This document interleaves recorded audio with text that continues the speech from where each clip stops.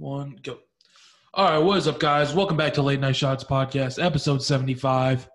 Again, we went over this last episode. Not much going on. We could talk about the Olympics, last chance qualifier, but we're going to get to that when brackets and everything are announced and all that stuff.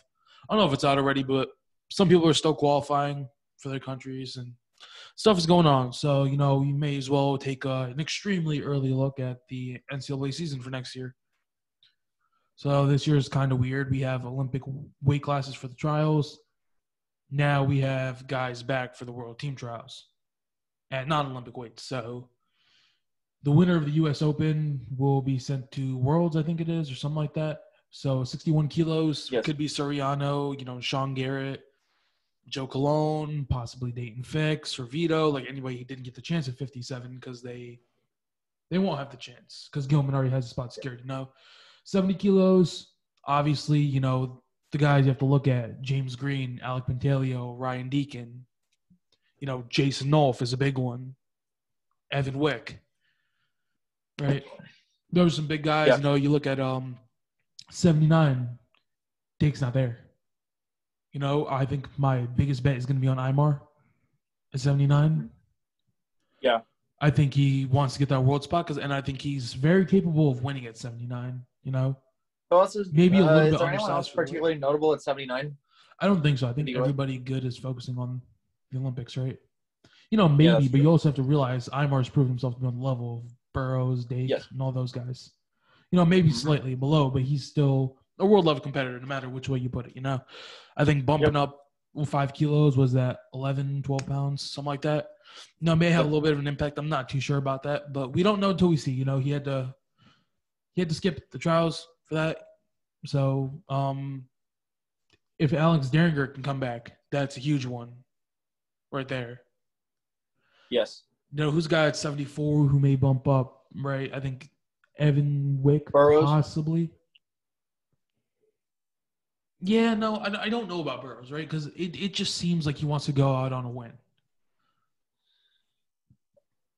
Yeah, and 79 kilos would probably be his best bet to do so. I think if he might just wrestle at the U.S. Open and retire there. That's it's so much of a wild card that I'm genuinely don't know. Because I think a lot of people were shocked that he didn't lay out his shoes on the center of the mat after losing to Dake. We already talked about why that may have not happened. But it also comes to say is can he cut to 70? Probably not. He's been established at 74. Definitely not. Maybe if he probably could. He would just be dead at 70. But, the fact that James Green cut to 65 and he looks bigger than Jordan Burroughs scares me. I don't know about bigger than Jordan Burroughs. Oh, no, he looks just as big. They're similar builds. No, you don't. No, James Green towered over everybody at 65. You could tell he was visually sucked. Sean Garrett, it's a guy. 61's his best bet. Do I think he makes it? Possibly. I think it may just be Soriano's time. Right? I think Sean Garrett, he had his time. He won a national title. He made a world team. This may just be the end for him, A guy not counting out his Vito moving up, try to get that spot at Worlds, He just beat Dayton Fix. I think everybody at 57 may just move up. I think these Olympic weights might be watered for that sole fact. Right?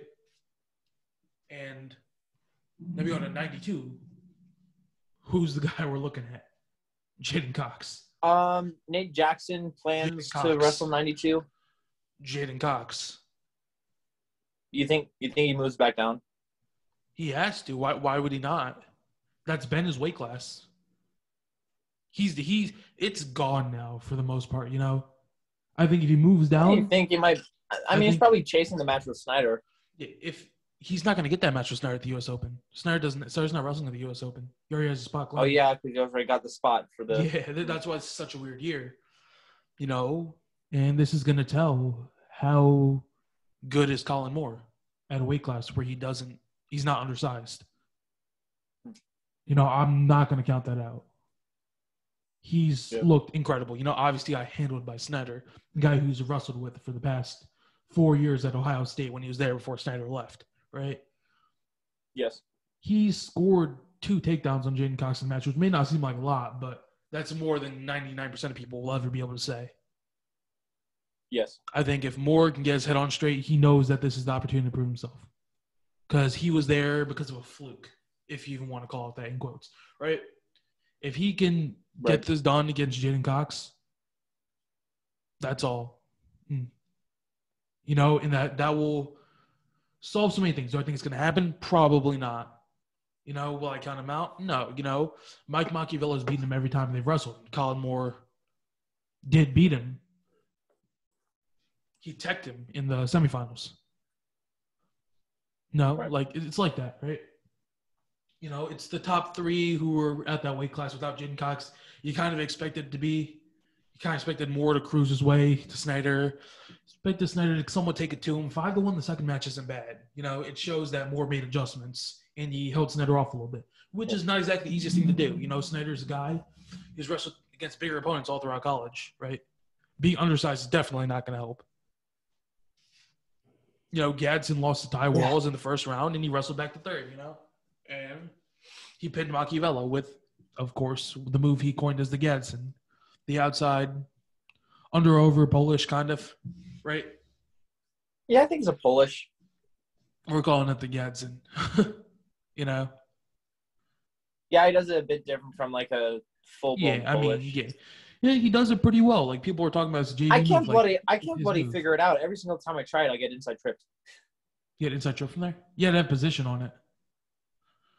Yeah. But, you know, even that being said, right, now we look at 125. You know, if they input like a 110 weight class, I think that would be kind of cool. For non-Olympic years. For college? Huh? Oh, 125, 110 kilos. Yeah, 110 kilos. Yeah. I mean, maybe non-Olympic year. I think that would be kind of cool. I think a guy like Gable may make the cut. How much? 110 kilos? 220, 245, possibly. You know, if Gable was lean, he'd be able to make it. I doubt he could do it. I think the top division right now then would be Gable, Nelson, Gwizdowski, obviously, Dom Bradley, Tanner Hall, Matt Stencil, bigger guys like that, right? Then down below, you could have Gable if he decides to make the cut. Mason Paris. Greg Kerfleet's a huge one, right? Obviously, and Mason Paris. I think a 110 kilo weight class kind of would undermine 97, and it would kind of I don't know. It'd be weird for like heavyweight because like possibly I'm not sure how to put it. You know, that was just a thought I had. Yeah. I was just thinking it's kind of weird to have like because normally there's like Olympic weight, non-Olympic weight, Olympic, but then like you go just 97 to heavy. Yeah, no, that's the one thing I don't like because a guy like Derek White cut massive amounts of weight to make 97. I was just thinking about that the other day. I had no idea that Colin Moore and Derek White ever wrestled. Like, why didn't Derek just wrestle 125? He was doing good too. He held Don Bradley to criteria, and he lost to Adam Kuhn by 2 points. Yeah, he's not that small for heavyweight. Yeah, the thing is, Gable. Gable. Like Snyder's beatable. We've seen it. Yeah. I mean, Gable's beatable too, but is he beatable by anyone in the U.S.? Not anymore. I wouldn't give any 97 kilo. That's just personally me. I wouldn't give any 97 kilo wrestler in the world the edge over Gable right now. That's just me. You can't say anything until you see them wrestle. I think Gable beats Saji live by a couple points too, but that's just me. I think Saji. I'll leave that for another day. That's something we should talk about post Olympics. But no, even that being said, right? Taha and Gino are two guys. They're just the typical reigning Olympic champs. What they look like, right? Gable may be on another level in the U.S., but he's barely scratched the surface of that yet. Yeah, at the moment, I don't think I've seen anything that really shows me that he beats Taha because Taha is personally my pick. Yeah, I think Gino's a safe option right now just because he's beat Taha every time. But it all depends. If Gino has to wrestle Gable in the semis, a little fatigued. But Gino's the only international heavyweight with gas tank. It's like you can post highlights of him. People aren't going to say, Gable mops the floor with him because Gino looks like a typical D1 All-American. That's all he looks like. Yeah. But, as we're talking about, there's something these guys have figured about turning people and taking people down so smooth and easily that we haven't figured out. That's what they do so well, right? And Gable doesn't match up too well against his – yeah. It's like You know, like, I guarantee you, if Taha and Gable go out and wrestle, Taha comes out firing, catches a leg lace, and texts him. Like, that wouldn't be surprising to me. I think everybody in the U.S. would be freaking out about it. But, is this something I didn't expect? No, right? And Gable can go win gold. Maybe we were down him this entire time. Personally, I wasn't doubting him. I just think it's too early to make that call that anybody wins gold. Yeah. I think the closest thing we have to a lock is David Taylor. I think pretty sure everybody's going to agree with that. Yep. I think Kyle Dake is, I think is about 40-50% chance he wins it. I think there's other guys in the weight class that can. I think Kyle Dake presents more problems for Chamizo and Sidikov than Burroughs does. Yeah. No, 100%. Especially Sidikov. Right? It all depends on how you wrestle on the big stage. And if Dake doesn't win, that's going to hurt Burroughs' legacy a lot. Yes. If Dake wins, it goes like symbolism-wise, like Burroughs is passing on the torch. Nobody's going to bat an eye on that. Yep. Right? Like, I think Chamizo's a guy I'm pulling before. He's been one of my favorite wrestlers for a while. I've liked his style. I think his defense is great. Obviously so is Dake's. I think Chamizo's just a little bit more entertaining to watch. Yeah, Chamizo's defense is more about scoring. Kyle's defense is just about being kind of just impossible to score. I was never a big fan of Jordan. No, not Jordan Burroughs versus Kyle Dake, the rivalry. Like, I was never a big fan of watching them just because it was like the same thing. No, that just seems bad, not me saying it. Like, I don't know. Like, it just wasn't for me to watch. They're very samey matches. Yeah, that's what. Obviously, they make adjustments match to match, but it came into the same problem of Kyle Dake needs to shut him out, and up until this year's Olympic trials, he never really managed to do that. Yeah, 100%. You know what? We should just shift this episode to the world team. Yeah. So, actually, you guys might know we had a typical episode planned for Penn State versus Iowa 2022. I think we'll just move that to tomorrow. I don't think you guys are going to be too mad about it. It's going to be a while before it happens, right? I think personally one of my favorite matches is Jordan Burroughs versus Zane Valencia. I think that has to go down as a top match. Yeah. Now, granted, I think if you move to 86, he wins that match. But that's just me. Well, wait, they had to make 185? It was 79 kilos. Zahid is the guy, 79 kilos. That I want to mention, right? I don't think can he make 79 anymore? Did he wrestle Jordan at 79? I don't know. It was at like 180. I genuinely don't know. I think it was 175 or something like that, but I'm pretty sure it was 79 kilos, right? Now, even that being said, like, who knows, right? I think another matchup that I'm dying to see, that may just be one of the craziest matchups if it goes the way I think it will, Sean Garrett versus RBY at 61. That's going to be a banger. That may just be the highest scoring match ever, or it could be a blow up RBY. Talent-wise, I would say RBY has the edge. Experience-wise, Sean Garrett's a returning world team member at that weight class, obviously he had to forfeit the spot to Joe Colon because of injuries, but, Sean Garrett's the wrong person to count out. I think he went 65, just because it was a healthier weight for him. You got to take – I don't think he was going to perform too well at 57 just because the cut was too much, right? See if he gets matched up against Dayton Fix, Thomas Gilman. It's just not going to be a fun day for him. And that's really what it is, so – I don't think because I don't think Zahid because I thought Zahid moved up just because he couldn't make that 170-pound rep weight range anymore. I genuinely don't know. It could be because of that, but you see a lot of guys force themselves down to weights they shouldn't be at. Seth Gross, he's got an excellent frame for 86 kilos. He's built pretty much. He does. I think he can move to 92 also and be very well. I just don't think it's a good option as of now. Yeah, he's not that bulky. Especially after he just lost to Bo Nickel. No, that's kind of bad to say because it was a 7-point match. It was a 7-point match, but I think Nickel very clearly had a plan for that match. Yeah, no, 100%. Obviously these are two guys who wrestled before. Zahid came on top most of the times. I just think Zahid matches up a lot better with David Taylor. I'll stand on the number 2 guy in the weight class being Gabe Dean. No, that's just me. After Dean beat Nickel, so. I mean, okay, but nowadays we just don't know that for sure. No, 100%. I think he's wrestled Taylor better than anybody, and he beat Nickel, right? Is Dean done? Yeah, he's done. He gave him one last run. I've been stressing this a lot too. I think He came back. He righted all his wrongs. He beat Bo Nickel, avenged his last collegiate loss, and now he can finally live in peace. Knowing he gave it a shot. Yeah, that's true. What's a big match? 70 kilos. Ryan Deacon 70? versus James Green. Is Ryan Deacon wrestling 70 kilos again? I assume so. Because the Olympic weights only really mattered for the Olympic team trials. That's what people don't realize. Yeah, because you think about, these guys are, Deacon they're in was college. small. They're getting bigger much every single year. Deacon was small at 74. At 70 kilos, you have to remember, he beat James Green. Yes, I know that. Granted, Green also pulled some leg lace magic in Final X, but, he does it to a lot of guys. He was in a 3-3. Anthony Etchemendia.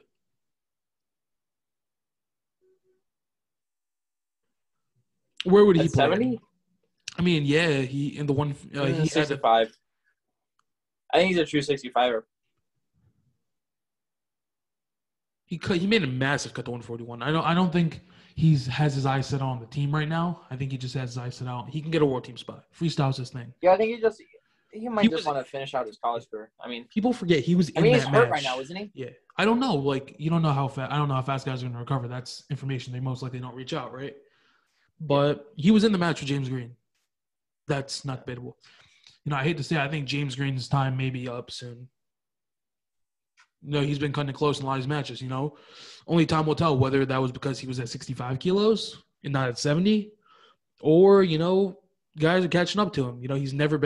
He's a 5-time world team member, I think, but he's never been that established on the international stage. Yeah. That's something people have to realize. Could Yanni or Zane move up to 70? Try to take a spot? I don't think Yanni would, just because he's the perfect size for 65. Like, you don't have to gain the weight. You could just not cut and wrestle being undersized 70. Thinking. Yeah, I think. I don't know. Like, that's what I'm saying. And as for Zane, I mean, what I'll say is, Zane's like, if big. Yeah. I would see Zane more likely moving up to 70 than Yanni. I think Nick Lee, if he wrestles the way he did, he may just have a shot at 70. And he's already thinking about that bump to 149. Yeah. What is 70 kilos? Like 152, 153? Yeah, I think so. Yeah, because I know 65 is 143, so 143, 65, 70, 5 kilos. 154, right? Nothing that crazy. Yeah. He wrestles a little bit undersized. Wrestles a natural ones. 54, not cutting weight. I could very well see him beating them. Alec Medalio, guy who didn't qualify trials. Ryan Deacon, guy who didn't qualify trials. Could Chance Marcel or Chenzo make – I don't know about Marcel. I think Chenzo could make 70, though. No, I don't think Chenzo – I don't know if he will. I don't think he's a guy. I think he's a guy, you look at him, 2-time national champ, technically 4-time finalist, let's say. Let's call the last one a wild card. Is he on that level yet? Of guy of what he should be? He was more of a folk style college wrestler. I don't want to say he got lucky, but he peaked at the right times, and Penn State does. He didn't do much at the trials. He helped Chance Marcel the criteria. That's cool and all, but yeah. Like, I don't know what to think about that. So, yeah. No, you can go.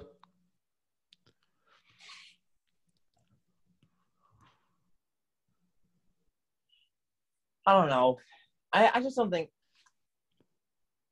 Chenzo's just in this weird situation, like the same situation as kind of like Nolf, where they're so green in freestyle, or like comparatively green. Because I know that Nolf wrestled in like junior world team trials, and he would eventually, he lost to Mark Hall. But yeah, I mean, Mark Hall's a guy who's surprisingly good at freestyle. I don't know. He's really fucking good at freestyle, which is why it was so surprising that he didn't even make it to Olympic team trials. Not like, really.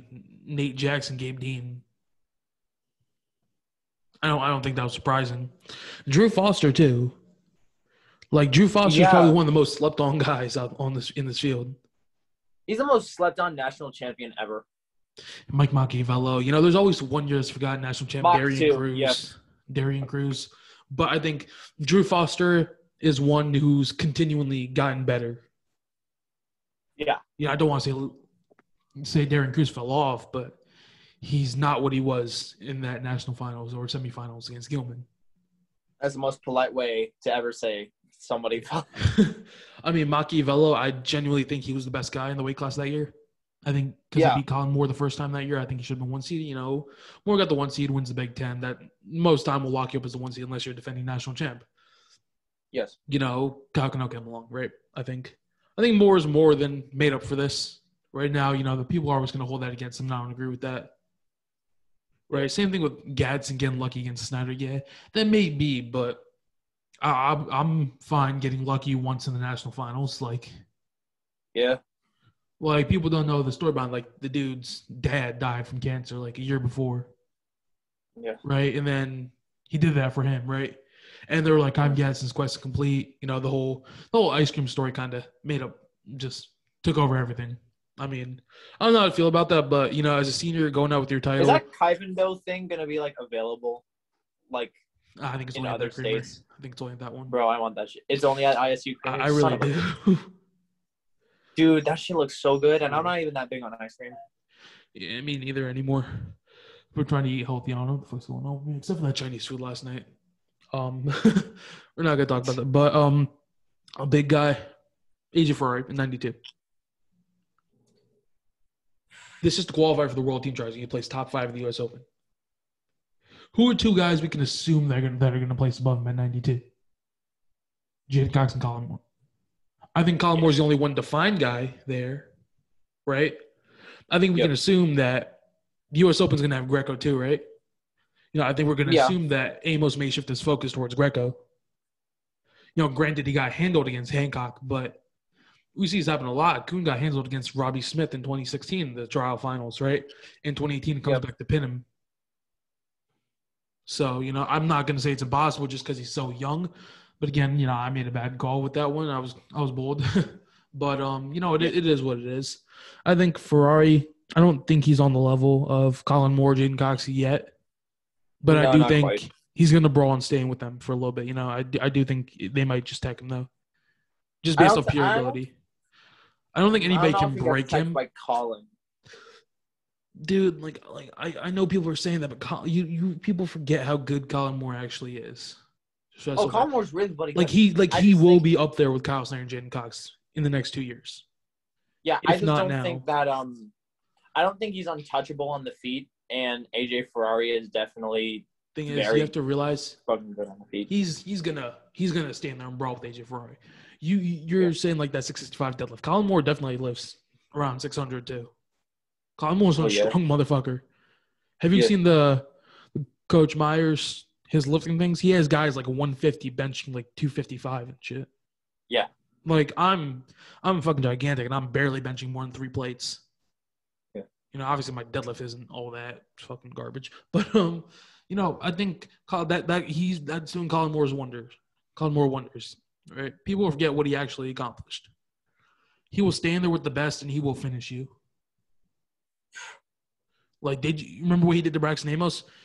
I think the only thing holding back AJ Ferrari from being a 5-timer is Braxton Amos. I think he's going to progress past everybody in that weight class. I think Amos is the one guy. A guy who didn't give up. I don't think there's a debate about that. I think unless Michael Beard, that's again the guy. Don't count out Kel Sanderson. Yep. We learn that every year, but every year they still do it. Yeah. Even I was starting to have doubts about nationals after how we performed at Big Tens, but lo and behold, 4 national champs, 4 for 4 against Iowa. I think the only good thing is I think Nick Lee and Carter Strachey both going to start progressing a little bit more past Kemmerer and Ironman just because, that's what I've seen. I don't think Ironman's gotten that much better over the years. I think he's just became bigger, stronger, and tougher and shit. So that's really it. Kemmerer's fucking grown-ass man. Strachey wrestled Bo Nickel to a 6-1 match. Strachey's a 79. Yeah, I was surprised, to be honest. Someone talking to you? No, it's family on the friggin' Amazon Echo. Oh, you're good.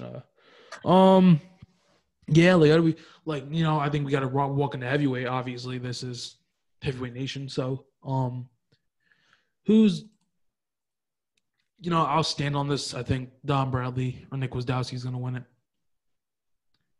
I don't think it's a bad take. I think Dom was robbed, and I think he would have beat Nelson in the third, fourth match. And he's a terrible style matchup for Kirkfleet. I think Kirkfleet's been progressing so much, dude. It sounds like I'm sucking Penn State's dick, but he's been progressing so much. He went from getting majored by Mason Parrish to less than a month later beating him. And you have to realize it being freestyle rules made no difference in that match except for criteria. They still put up 2 takedowns. Right. Yeah, I talked about him threw away the match. Everybody said, "Oh, I'm biased." It fell through, so I'm happy about that. But I think Paris is not a guy to be slept on too here. He won senior nationals last year. I do think if Kirk wins, this is a sign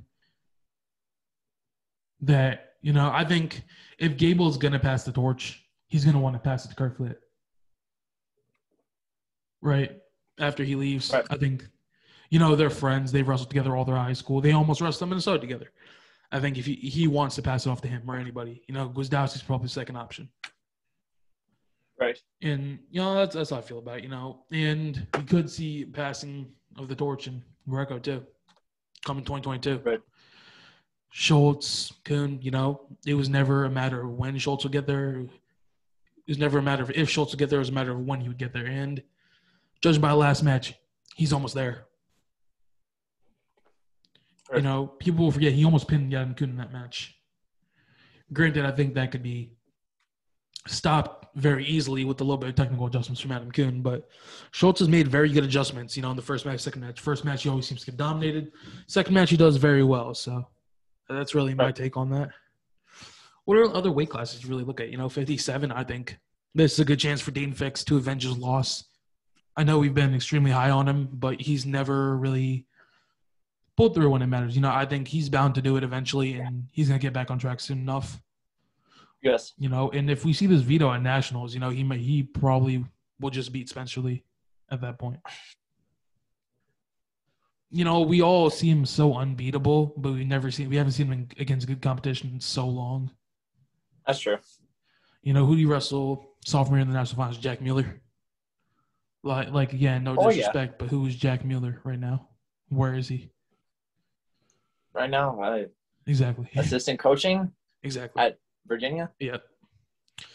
Where's Nick Soriano right now at that weight class? Where's Darian Cruz right now? Still wrestling on the senior level, right? Yeah. Who else would be in that weight class? Ethan Lezak. That's a whole ass national finalist. Lezak is at 65. I was talking about at 125 that year. At that year, yeah. Mm-hmm. Yeah. That's obviously Lezak is probably one of the luckier national finalists. He's one of my favorite wrestlers, but they got to be completely honest there. His top right, put him back in that game. If he survives the first period, put him on top against Spencer Lee, that match could just be over. There's no, you can't sleep on the dude out there. But I think his time has come and gone. I do think Vito's going to give him a solid run for his money. Glory 2 is coming back.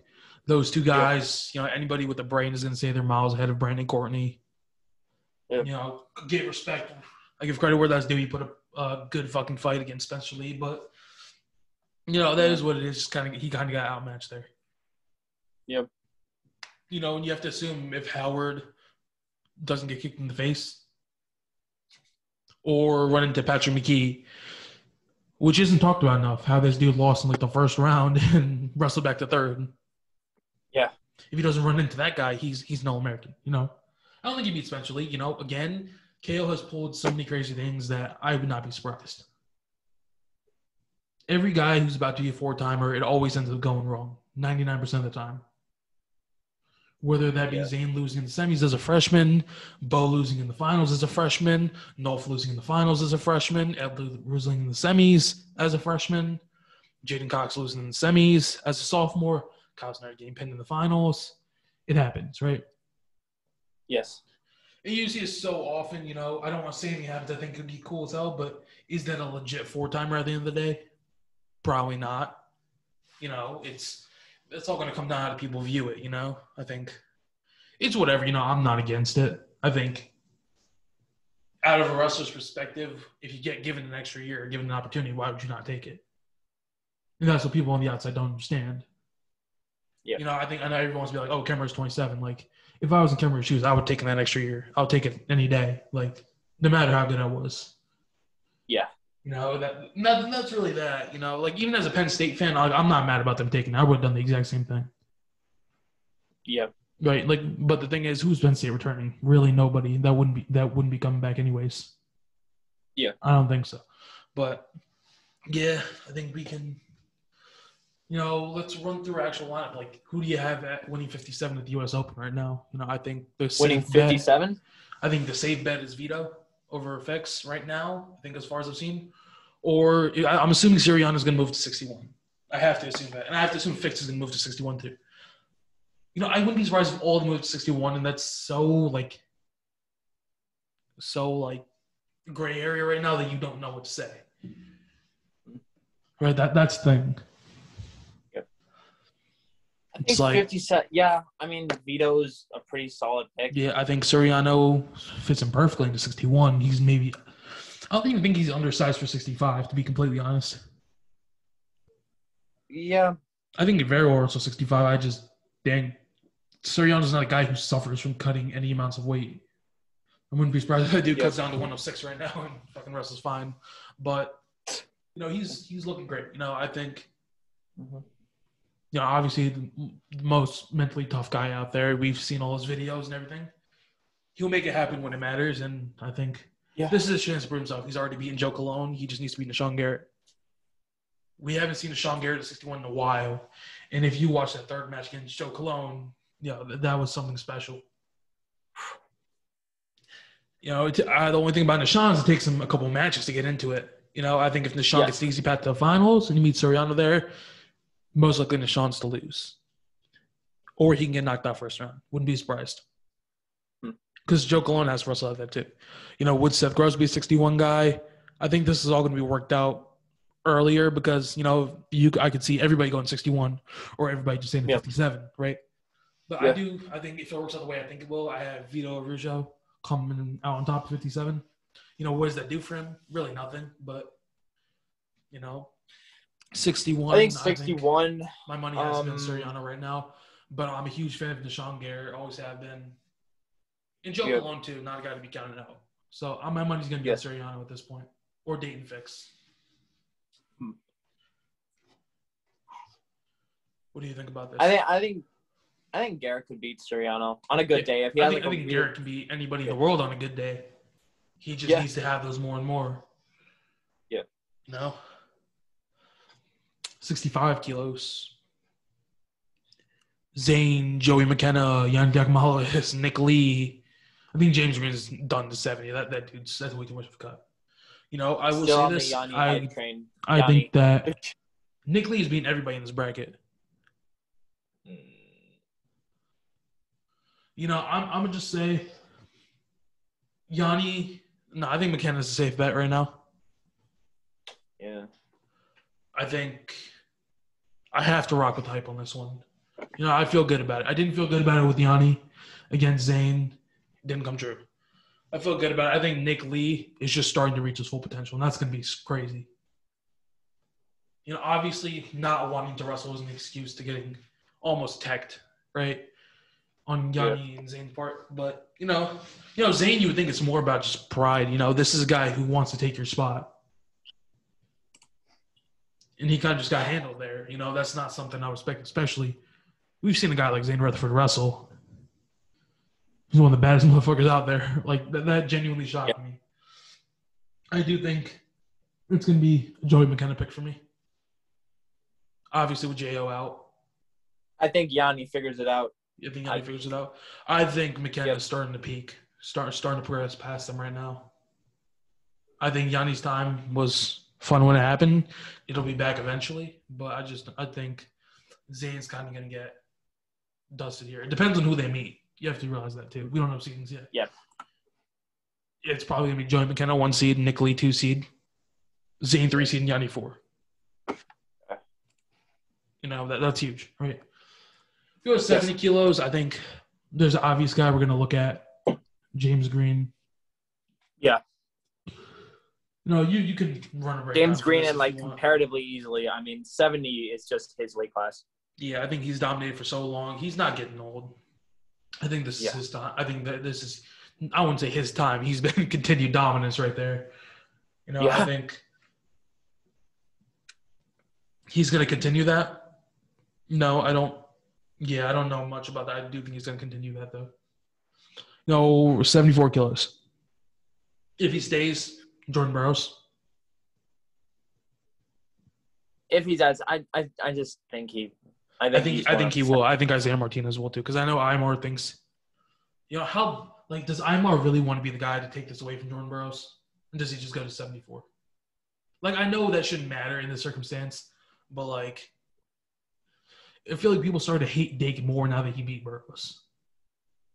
That's just kind of ridiculous. I mean, you know, I do see that, but like, it's just like a thought that like it has to be thought about. You know, I think it's crazy, but you know, obviously I'd love to see the matchup. I think my money might just have to be on Isaiah Martinez if he's fully healthy right now. Yeah.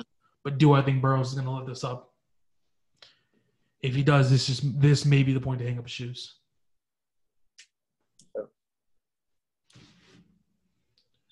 You know, I don't think there's – that hurts saying that, but I don't think there's any true debate about that. Yeah, that's gonna fucking blow whenever it happens. But now we run 79 kilos again. Carter Starachi. Possibly Zahid Valencia. I just don't think Zahid. Yeah, I don't know either, but this is like we didn't think Seth Gross would make the cut to 57. He somehow did it. I wonder if Seth Gross might perform just so much better if he fucking puts on some weight. I don't know. No, I genuinely don't know. But then again, like, his frame benefits his style so much at 57. Yeah, 100%. It benefits any weight class. You know, I think RBY has progressed so much past – is progressing so fast. And he has, you know, things that – genetics, work ethic, and longevity. Yeah. One of those will make you good. 2 of them will make you great. All 3 of them will make you elite. Yeah. You know, name one guy on the Olympic team that doesn't have good genetics. You know, I know people want to say it doesn't matter, but to get to the highest of the highest level, you got to have something decent to work off of. And that's going to piss off a lot of coaches when I say that, but it's just a fact. Yeah. Like I've said it, technique beats strength to a point, you know. You can throw out fucking Thomas Gilman out there against a D3 heavyweight. He's most likely mopping the floor with him after he kicks him in the face. But, yeah. But have you – yeah, no. Like, I think there's a lot we want to talk about. You know, we get into 86 kilos. Whose weight class is this now? Zahid. Bo Nickel still. Oh, fuck.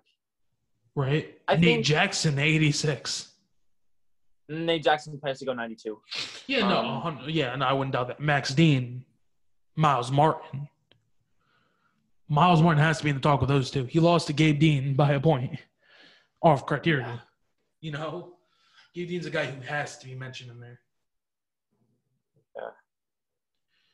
You know, that just goes to show a lot of things. Like who knows? Right? 92. Assuming Jaden Cox isn't there. Let's go 92. Colin Moore. I think that's pretty unanimous at this point. And I don't think Gadsden cuts to 92. Definitely not. Yeah. Gadsden's huge for 97 also. Yes. So I think more at 92 is a safe bet. 97 now, you know, I think this guy named Jaden Cox may be pretty good. So we'll take him. Yes. All right, next question. Someone, for the love of God, make sure that he knows what the right time for weigh-ins is. Yeah, you know what that pisses me off is like if it was Nathan Tomasello, who would have cared? Yeah. You know, that's what pisses me off. You know, it like people want to make it come down to what it's not about, but you know, he missed weight. I don't view it as like it takes me off. I think the reason people are so angry is because that was going to be a consensus number 1 and number 2 because we don't and know I get that because though. like you want to say like, oh, what if like a big upset happened and someone beat Jaden Cox, which is never completely out of the question, just because wrestling's wrestling. I think he would have to start off Russell Machiavello, Russell Moore, then Russell Snyder. They wouldn't take 2 days. Exactly. So they wouldn't take 2 days to hold this thing. He would have to wrestle 4 matches in one day. Special wrestle off where Jaden Cox gets to basically get a bye to the finals, right? So what are you calling Mike Machiavello there for? Are you going to re-wrestle the consolation bracket too? Are you going to take out? Are you going to strip Colin Moore, and Gavin Gadsden's Team USA sponsorship there? Yeah. I think that's cool and all, but I just don't agree with it. I think after he wrestles Machiavello, Moore is the saw shot as an upset. After that happens, he takes something out of Jaden Cox. Snyder probably finishes him off there. When he's healthy, I think it's a toss-up. It always has been. It always will be.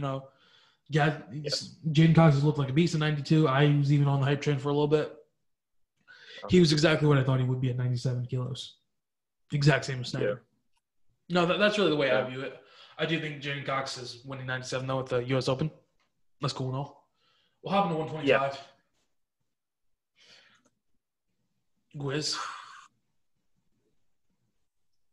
Gwiz, maybe Paris, maybe Bradley. Has Bradley beaten Gwiz in the past? Bradley's tech Gwiz in the past. Yeah. Bradley, Gwiz, Paris, Kirk Fleet, Tony Nelson. All these matches are separated by like 1 or 2 points generally. I know Gwiz was peaking that day. You have to assume he was going to do that because he's just so smart and wrestling. Yeah. It just wasn't enough against Gable, But he did score a takedown on Gable, which only 2 guys have done this entire year, Kirk Fleet and him. Yeah. I think Kirk Fleet versus Gwiz is going to be a great match for Kirk Fleet versus Paris. If Kirk Fleet can avoid Bradley or Nelson, he can win. Yes. I think Gwiz is maybe too technically good for him, but we don't know until we find out. I think if Bradley gets Nelson and Gwiz, that's going to be his thing. Tony Nelson wants Don Bradley and Gwiz, right? Tony Nelson is a good match against Kirk Fleet, so is Don Bradley. Mason Paris, I don't think it matters anyways. I do think Mason Paris is going to want to stay away from Don Bradley or Kirk Fleet. If he didn't catch that lucky cement mixer lat drop on Don Bradley, he would have lost that match. People show that throw, but don't show that Don Bradley blast doubled him to his back for 4 right after. And you never know. If Don Bradley wins this tournament, those shoes could go out in the center of the mat. He's like, 33 now? He's just as old as Burroughs, if not older. Right. No, I don't know about that. He's probably just old. Maybe he took red shirts. I don't know. But, I think Gwizdowski's the right bet for that one.